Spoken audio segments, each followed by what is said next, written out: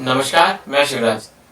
व्यक्ति विशेष परिचय कार्यक्रम में मैं आज आप सभी लोगों को एक ऐसे शख्स से मिलवाने जा रहा हूं जो परिचय का मोहताज नहीं। ये शख्स अक्सर आपको पटना में रोड के किनारे पशु पक्षियों को खाना खिलाते या इंसानों की मदद करते हुए नजर आ जाएंगे। जरूरतमंद इंसानों, पशु पक्षियों और प्रकृति का सहयोग हेतु 24 घंटे तत्पर रहते हैं। पशु पक्षियों के प्रेमी सुजीत चौधरी वैसे तो ये मूल रूप से दरभंगा जिले के दुलारपुर गांव के मूल निवासी हैं, परंतु इनका कार्य क्षेत्र पटना है और विगत 20-22 वर्षों से मानवता इंसानियत बचाने का कार्य कर रहे हैं।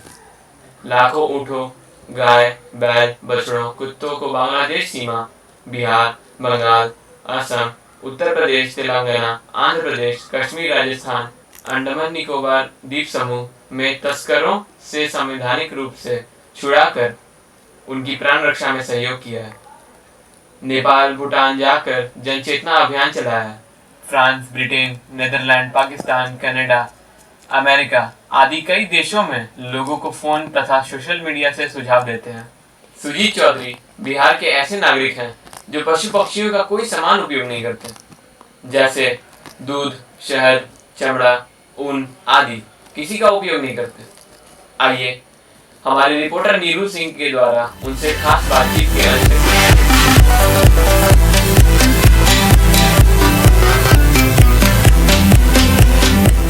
दोस्तों नमस्कार, मैं नीलू सिंह एसआई टुडे से और आज मैं आप लोग के सामने एक ऐसे शख्सियत से मुलाकात करवाने जा रहा हूँ जिनकी मुझे बहुत दिनों से तलाश थी। मैं उनको ढूंढ रहा था कि सर से कभी हमारी रूबरू हो जाए और आज बहुत खुशी की बात है कि आज सर से मुलाकात हो गई। एक ऐसे शख्सियत जो हमेशा से मनुष्य के प्रति, पशु पक्षी के प्रति और प्रकृति के प्रति उनका काफ़ी योगदान रहा है और हमेशा उसके सेवा में तत्पर रहते हैं, ज़रूरतमंदों के लोगों की सेवा में तत्पर रहते हैं।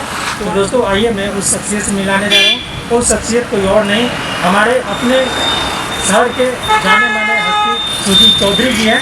और मैं चौधरी सर के सर नमस्कार। आपका बहुत दिनों से आपका मैं नाम सुना हूँ और बहुत लोगों से भी सुना हूँ आपके बारे में, लेकिन कभी आपसे मुलाकात नहीं हुई।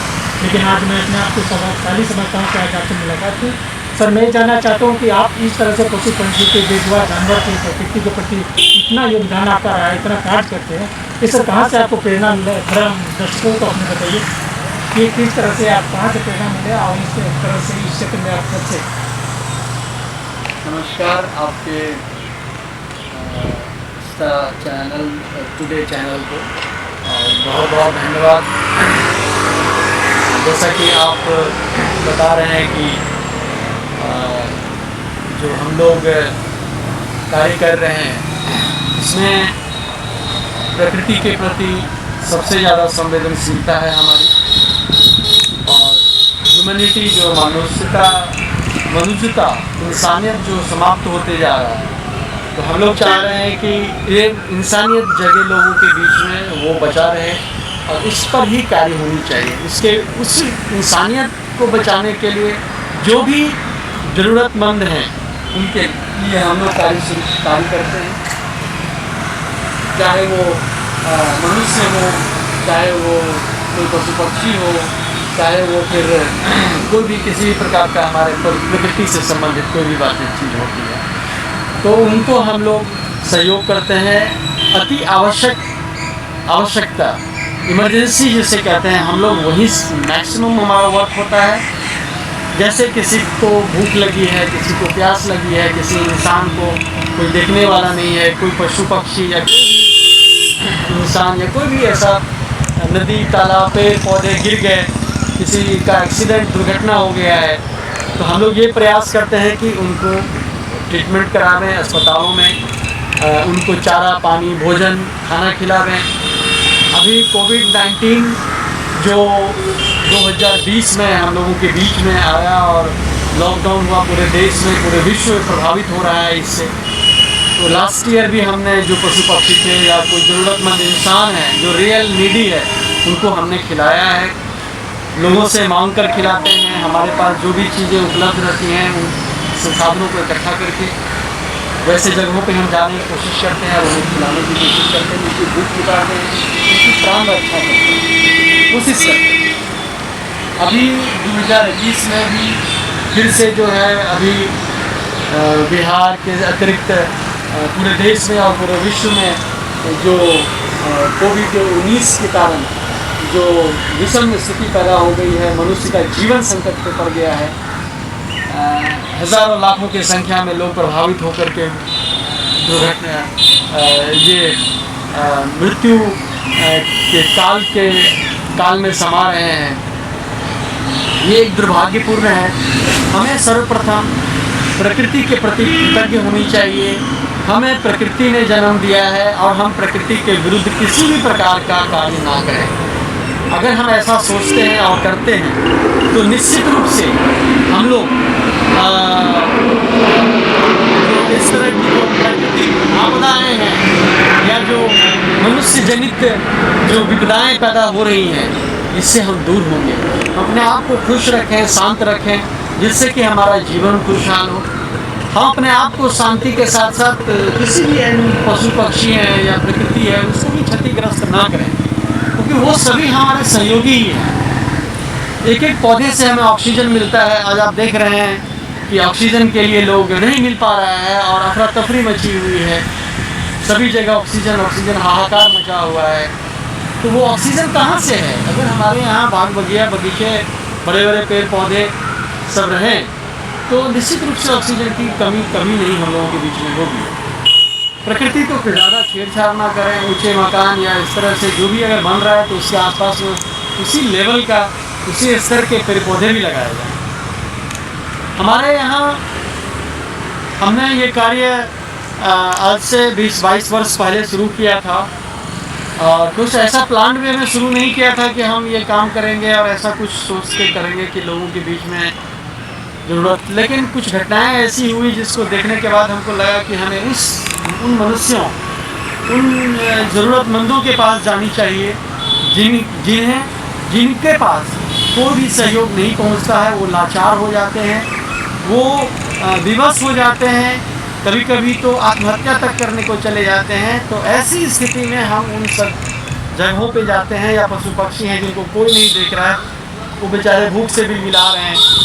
आप देखेंगे बहुत सारे जगहों पे, जैसा कि हम आपको हमारे कार्यों में, जैसा कि आपने साथ साथ घूमा है, देखा है हमारे, तो आप देखेंगे कि एकदम भूखा है, इतना तेज़ी से खाना खाता है कि जैसे लगता है कि उनको कई दिनों से खाना नहीं मिला है। तो हमारा मनुष्य होने के नाते क्या कर्तव्य बनता है? हमारा सबका कर्तव्य बनता है कि हम इंसानियत को बचा के रखें, इंसानियत के लिए कार्य करें और जो मनुष्यता है, जो मनुष्यता है, जो ह्यूमैनिटी है, उसको हम बचा के रखें। वही हमारी इंसानों की खूबसूरती है। यही मैं संदेश देना चाहता हूँ अन्य लोगों को भी कि जो भी ज़रूरतमंद हो उन्हें ज़रूर से ज़रूर सहयोग करें। कुछ घटता नहीं है। मैं इस दुनिया का बहुत बड़ा धनी आदमी नहीं हूँ। मेरे पास बहुत संसाधन भी निजी रूप से उपलब्ध नहीं है, पर फिर भी मेरी हिम्मत है कि मैं काम करता हूँ। वो हिम्मत ही मेरा सबसे बड़ी ताकत है मेरी, और उस ताकत के बल पे मैं लोगों से मांगता भी हूँ, भिक्षाटन भी करता हूँ। मेरे को स्वयं भी दिक्कत होती है, कई दिनों मुझे न्यूनतम भोजन या नहीं भी खाने को मिलता है। ऐसी भी स्थितियाँ कभी कभी पैदा हुई है। तो वैसी स्थिति को भी हम झेल करके, लेकिन मेरा जो मन के अंदर जो एक प्रण है, जो प्रकृति ने मुझे अंदर आंतरिक शक्ति दी है, जो जो असहाय है उसको सहयोग करेंगे ही करेंगे। तो हम वहाँ पे निश्चित रूप से हम जाते हैं। अपनी विषम परिस्थितियों के बावजूद भी हम जो हमसे ज़्यादा तकलीफ में, हम ऐसा सोच करके हम उनके पास ज़रूर जाते हैं, क्योंकि प्राण रक्षा, भूख और जीवन रक्षा से बड़ा कुछ नहीं होता है इस पृथ्वी पर।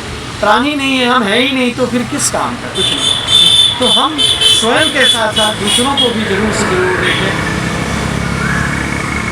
सड़कों पे जानवरों को खिलाते हैं, कुत्तों भूखे मिलते हैं, दुर्घटनाग्रस्त होते हैं तो उन्हें हम पकड़ के चिकित्सा करते हैं। तो स्थानीय लोगों में जागरूकता, जन चेतना अभियान और आंदोलन हमने संस्था बनाई। उस संस्था के अंतर्गत हम लोगों को जोड़ते हैं। उसका नाम भी इसीलिए हमने ऐसा रखा, जन चेतना अभियान और आंदोलन। मतलब पहले जन चेतना करो, फिर अभियान करो, फिर आंदोलन। नहीं कैसे हो रहा है, ठीक करने वाला ठीक कर रहा है। कार्य क्षेत्र है कि हम लोग न्यायालय के माध्यम से कानूनी तरफ से संवैधानिक न्याय दिलाने की कोशिश करते हैं उन असहाय मनुष्यों, उन असहाय पशु पक्षियों और प्रकृति को। हम न्यायालय के समक्ष जाते हैं, हम माननीय न्यायालय के सामने अपनी बातों को, उनके दुख को, उनकी आवाज़ बन के मैं उनके सामने खड़ा होता हूँ। मैं न्यायालय के सामने उनके दर्द को बयां करता हूँ कि हमारी जो स्थिति है वो बहुत ही दयनीय है। हम भूखे प्यासे मर रहे हैं, हमें कोई देखने वाला नहीं है, हमारे लिए कोई आश्रय स्थल नहीं है, हमारे लिए कोई चिकित्सा की व्यवस्था नहीं है। जबकि हमारे संविधान में एक एक पशु पक्षी, एक एक जीव जंतु, एक एक मनुष्य के लिए, एक एक प्रकृति की एक एक चीज़ के लिए, इवन कि हमारे धर्म ग्रंथों में भी, चाहे वो हमारा धर्मशास्त्र गीता हो या धार्मिक ग्रंथ कुरान शरीफ हो या हमारे बाइबिल हो या किसी भी अन्य कोई भी धर्म से जुड़े हुए कोई भी अगर धार्मिक पुस्तकें हैं तो कहीं भी ये चीज़ नहीं लिखा हुआ है कि आप किसी को मारिए, पीटिए, उसके साथ अन्याय कीजिए, उनके साथ क्रूरता कीजिए। ऐसा कहीं नहीं लिखा हुआ है। तो हम सभी धर्म को भी ध्यान में रखते हैं और सभी धर्म को सम्मान करते हुए उनकी आत्मा को अपनी आत्मा से जोड़ के हम कार्य करना चाहते हैं और कोशिश कर रहे हैं। हम माननीय सर्वोच्च न्यायालय के आदेश का भी पालन करवाते हैं जो कि सरकारों के द्वारा अमूमन नहीं हो पा रहा है। एक एक जगह पे इनके खाने की व्यवस्था करनी है, मनुष्यों के लिए सारी व्यवस्था करनी है, पशु पक्षियों के लिए व्यवस्था करनी है, नहीं हो पा रहा है। क्यों नहीं हो पा रहा है? अच्छे लोग आवे हैं समाज के बाहर निकल के, और हम आपसे आग्रह करते हैं जो भी दर्शक बंधु हैं सब बाहर आइए और बाहर आकर के इन सब चीज़ों पर प्रश्न कीजिए। जो संबंधित अधिकारी हैं उनको लिखिए लेटर, आजकल तो मेल भी है, मेल से लिखिए, व्हाट्सएप से कीजिए, उनको पूछिए। इतना लंबा वीडियो बना, अगर छोटा छोटा सा भी अगर आप उनसे इन सब तरह की चीज़ों को बात करते हैं तो उनमें भी जागरूकता आती है। बहुत सारे ऐसे उदाहरण मुझे मिले हैं। चिकित्सकों को मैं काम करवाता हूँ, पहले तो वो दुखी होते होंगे कि ये इतना प्रेशर हमको बनाते हैं काम करने के लिए, लेकिन बाद में कभी वो सोचते हैं तो मुझे धन्यवाद भी देते हैं कि आप बहुत अच्छा सर आप काम कर रहे हैं। आपसे जागरूकता मिली। मुझे अभी दरभंगा में एक 4th ग्रेड स्टाफ है, वो बोला कि सर आपके कारण से हमने बहुत कुछ सीखा कि ये काम मेरा है, ऐसा वो हमको बोला कि सर ये काम मेरा है, हम आपसे सीखे, इसलिए सर अब अच्छा लगता है। नेक मोहम्मद उसका नाम है। इस तरह से बहुत सारे लोग हैं। हम सभी सरकारों से, भारत के सभी राज्यों के माननीय मुख्यमंत्री से, अपने देश के प्रधानमंत्री से, सभी वरीय पदाधिकारियों जी से, और साथ साथ जो भी वैश्विक, क्योंकि ये वैश्विक समस्या है और उस वैश्विक समस्या में हम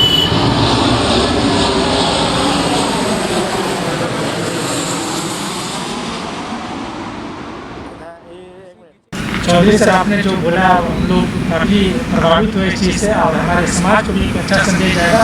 लेकिन सर आप इतने दिनों से काम कर रहे हैं, इतने अच्छे काम कर रहे हैं, इतने खर्च कर रहे हैं, लोग बेजुबान को भी सेवा कर रहे हैं, प्रकृति की सेवा कर रहे हैं, तो इससे प्रति सरकार सर आपको क्या मदद करेगी? देखिए, सरकार से अभी सीधे तौर पे हमें किसी भी प्रकार का सहयोग नहीं मिला है, पर मैं ये ज़रूर चाहता हूँ कि सरकार को मैं सहयोग करूँ और मैं सहयोग कर भी रहा हूँ। विभिन्न विषयों को, जो उनकी समस्याएं जो हम समाज में देख रहे हैं, वो हम उनको मेल से भेजते रहते हैं। अलग अलग राज्यों के मुख्यमंत्रियों को भी भेजते हैं, बिहार के भी मुख्यमंत्री जी को भी हम भेजते रहते हैं, नीतीश कुमार जी को, विभिन्न उच्च पदाधिकारियों को भेज रहे हैं, फोन से भी हम बोलते हैं। और सीधे तौर से अभी कोई ऐसा कोई सीधे सहयोग नहीं है, जबकि मैं ही उनको सहयोग करना चाहता हूँ और वो हमसे सहयोग लें, मैं ऐसी आशा करता हूँ। तो सर आप जो ये खर्च कर रहे हैं, इतना जो आपको लोगों को जाने में, लाने में, मैं डेली देखता हूँ कि आपका गाड़ी निकलता है भिजवा जानवर के लिए, बहुत सारा देखते हैं कि खाना लेके जाते हैं, तो ये पैसे कहाँ से आते हैं? देखिए, मैं पहले भी बोला था कि मेरे पास मैं बहुत संसाधन युक्त नहीं हूँ, मेरे पास बहुत सारे धन नहीं हैं, बहुत सारी चीज़ें नहीं हैं। तो वैसी स्थिति में हम लोगों से मांगते हैं, लोगों से, विभिन्न लोगों से हम इनके सहयोग मांगते हैं। तो बस क्रमशः जितना कुछ हो पा रहा है, काम हो पा रहा है, बट जो मेरी सोच है, जो मेरी बृहद सोच है, जितना बड़ा कार्य मैं करना चाहता हूँ विश्व स्तर पे, वो नहीं कर पा रहा। मैं जितना शक्ति, जितनी क्षमता मेरे अंदर है, या मैं जितना सोचता हूँ, मैं उतना अपने शक्ति का उपयोग, अपनी क्षमता का उपयोग मैं नहीं कर पा रहा।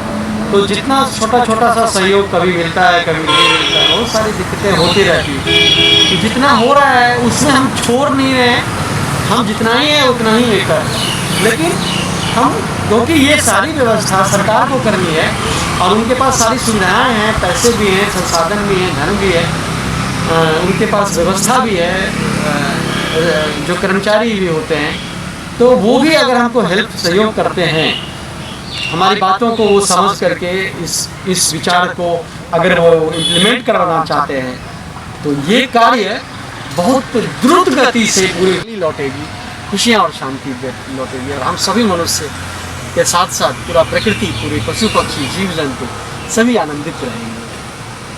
आपका बहुत बहुत धन्यवाद सर कि आज आपने जो संदेश दिया, इससे मुझे ही नहीं बल्कि हमारे समाज के सारे लोगों को एक ऐसी प्रेरणा मिली है कि सर आपके जो कदम चल रहे हैं, आप जो काम कर रहे हैं, उसके प्रति अगर हमारे समाज या कहूँ मैं भी अगर उसका 10% भी अप्लाई करें तो ये सारा समाज, सारा देश खुशहाल हो जाएगा। थैंक यू सर, धन्यवाद।